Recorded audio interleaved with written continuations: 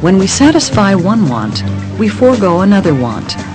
This principle is known as opportunity cost.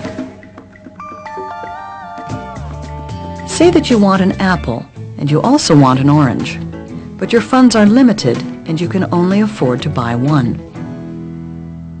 You have to make a decision. If you buy the apple, you are foregoing the orange, which is the opportunity cost. If you buy the orange, then the apple is the opportunity cost. When you choose one, you have to give up the other.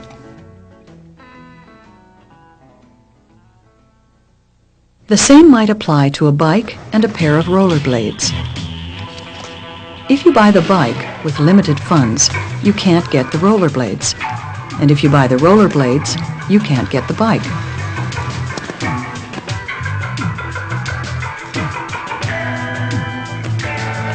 Every time you purchase something, you pay an opportunity cost. It's whatever else you could have bought with the money.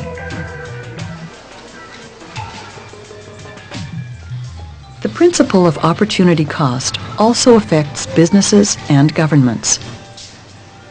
Whenever the government spends money in one area, such as defense, they have to weigh carefully whether that money would be better spent in another area, such as health.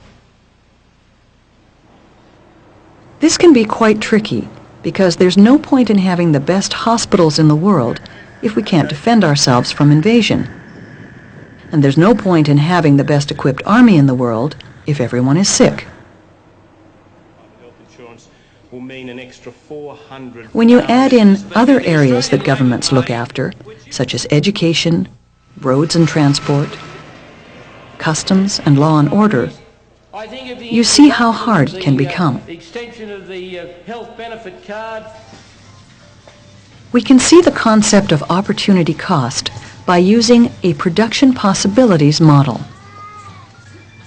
In the model, we assume that all resources are fully employed and that society only produces two goods, bread and ovens. Bread is a consumer good and ovens are capital goods. If we decided to devote all of our resources to making bread, we might be able to produce 100 loaves a day, but this would mean that we would not be able to produce any ovens. If we decided to devote all of our resources to making ovens, we would not be able to make any bread.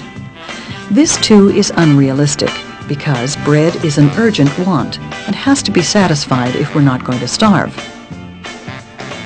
However, if we make 75 loaves of bread, we'll be able to use the leftover resources to make 2 ovens. And if we decide to make 3 ovens, we'll be able to make 50 loaves of bread. If we draw a line connecting all of these points, we have made a production possibilities curve. If we use all of our available resources, we can produce any combination of bread and ovens along the curve. Most economies, however, do not operate on the curve. If there is unemployment, society is not using all of its resources, so output of goods and services will fall inside the curve. If the population increases or new resources are discovered, the resources available to the economy are increased and the production possibilities curve is pushed outwards. The same thing happens with the development of new technology, which allows us to use our resources more efficiently.